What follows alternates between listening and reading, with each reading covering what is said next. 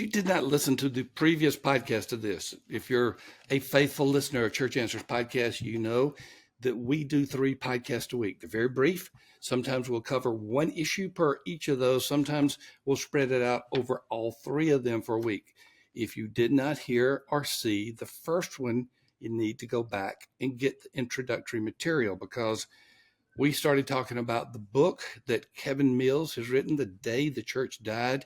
And you need to hear the background of that. So I'm Thom Rainer. I'm with my co-host Jess Rainer, and Kevin Mills is our guest and the author of a book called The Day the Church Died. It's a fictional book, but it is a book that has a lot of truth in it.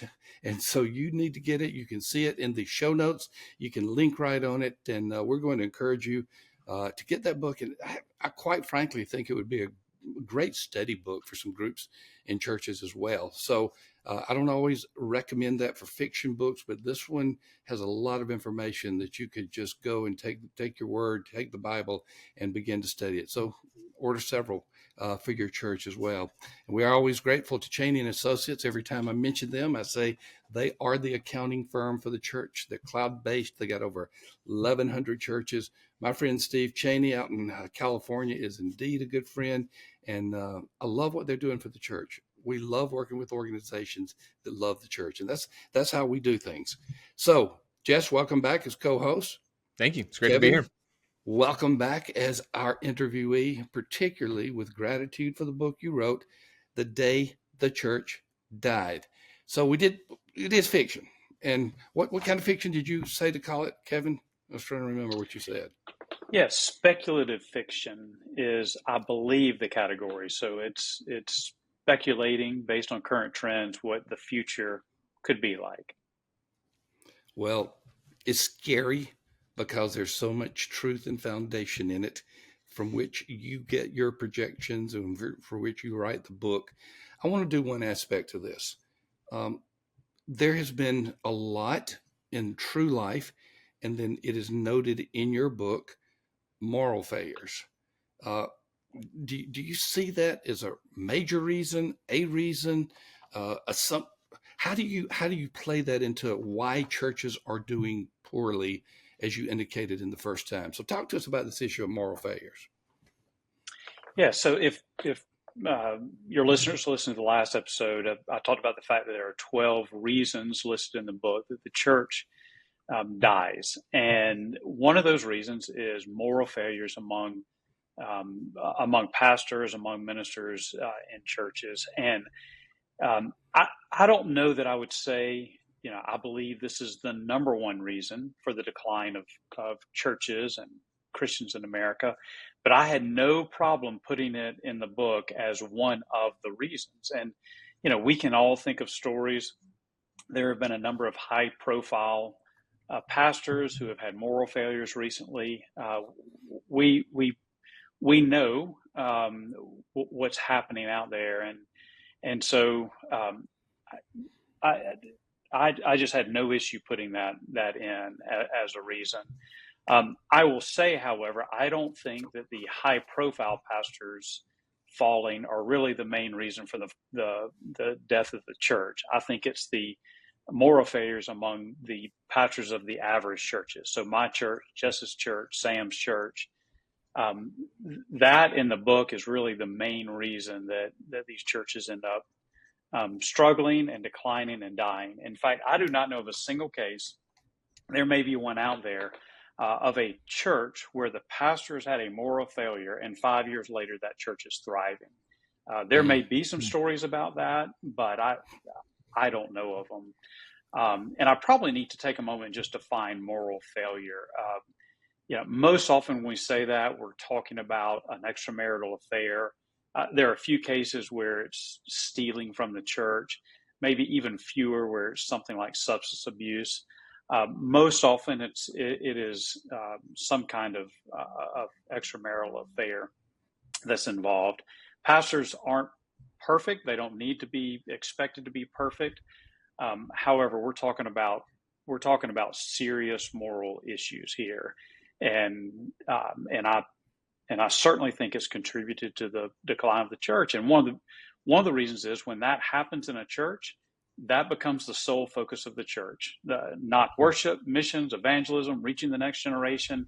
All of that goes out the window, and the church focuses on, what do we do now? Our pastors had this moral failure. So I would add to that in the moral failure. Sometimes pastors are involved in it and sometimes they're not, is sexual abuse, particularly of children, but sexual affairs of pastors, not only with other people, but sometimes with the younger ladies in the church as well. So we have seen the sex abuse issue become, and not always younger ladies, so let me just say ladies in the church, we have seen that become pervasive as well. So you add all that up, and it's a bad testimony for the church. Mm-hmm. And again, we're talking to Kevin Mills about The Day the Church Died, a fictional book that is fascinating. You need to get it. You just need to go get it. Go to the show notes, click on the link, or just go to a place like Amazon and put in The Day the Church Died, and you'll get that book. But it's sobering. It's just sobering to read it. Jess? Yeah. Sobering. That's exactly what was on the forefront of my mind. And I think for the longest time, the idea of this aspect of moral failures within the church, especially within the leaders, I have felt that as a church leader when I see it happening in other churches. In fact, the conversations I've had with my leadership team over the years has been, oh my goodness, did y'all hear about this? And it's that sobering reality of it happening. What I've seen even in just the past year, and you want to talk about speculative and what can be with the church, what I'm starting to see is it affect my members in my church when they hear about other pastors, even if they're not local. If it's high profile, normative sized church, whatever. How do you think the members of churches, as this has sadly become a more frequent topic of conversation, how do you think that's affecting church members, and how do you think it will affect church members in the years to come? Yeah, it certainly affects them. I don't think in our church, when they read or hear about a high-profile pastor in Dallas or Atlanta or Nashville or Chicago that has a moral failure, I think they talk about it for a moment. I do not think it has a major effect on them. However, if I had a moral failure, it would have a major effect on them. Now, again, I think there are sometimes expectations of pastors that are unreasonable. We are not perfect. I was on a mission team with church members in Guatemala last week, and I got food poisoning, and it was the worst case I'd ever had in my life. And Paul says to do everything without grumbling, complaining, and I did not live that out. My church members saw that. They saw me at a weak moment. I'm not talking about expecting your pastor to be perfect all the time. However, that is much different than having an affair or stealing $25,000 from the church. And if I did something like that, it would severely affect our church members. Now, Jess, to your point, what you mentioned about all these news reports, what effect I think it does have is on non-Christians. It gives them one more reason, one more excuse to not go to church. It increases their level of cynicism. See, all Christians are just hypocrites. And they read this story and they say, yeah, I'm not going to try church because look, here's what Christians are like. Yeah, no, I definitely it adds that other layer to the world, to non-Christians as well. So the big looming question, I think, if I'm listening to this podcast, going, what do we do to combat this one? It's kind of hard to say because it is individualized. Maybe on a broader scale, what can a church start to do to help their pastor, or what can pastors do for themselves to maybe not see this speculative fiction reality, if I could say that, come true? Yeah, and you in your question, what you said was exactly right. There's not a one size fits all. The individual stories that we've heard are individual stories, and but certainly there are some general principles that pastors can put in place, that churches can put in place. Things like the Billy Graham rule, certain guardrails that you can put up. And the Billy Graham rule really needs to be expanded to the digital world. And I think that's where we're seeing a lot of issues right now. And so if I text a female who is not my wife, most of the time, my wife is included on that text, or the spouse of that female, the husband, is included on that text. I do not direct message or Facebook message, but if I did, I would make sure that my wife had access to all of that. My wife has access to check my text, just to make sure that there are certain boundaries in place. But I think you and I know that even with those boundaries in place, if we want to, we can get around them. And so it's a heart issue that we need to be careful to make sure that we are guarding our heart. One of the prayers that I pray almost every day is, Lord, help me to take every thought captive and make it obedient to Christ. Do not let my mind go down that trail. And ultimately, if we will guard our hearts and make sure we're doing those things, then it will protect us from a lot of pain, which is probably the last thing that we as pastors need to do, is just to consider the damage that will be done if we go down that path to our families, to our children, and to our church as well. So we are listening and viewing with Kevin Mills about his book, The Day the Church Died. It's a fictional account of so many things that feel true, that are real.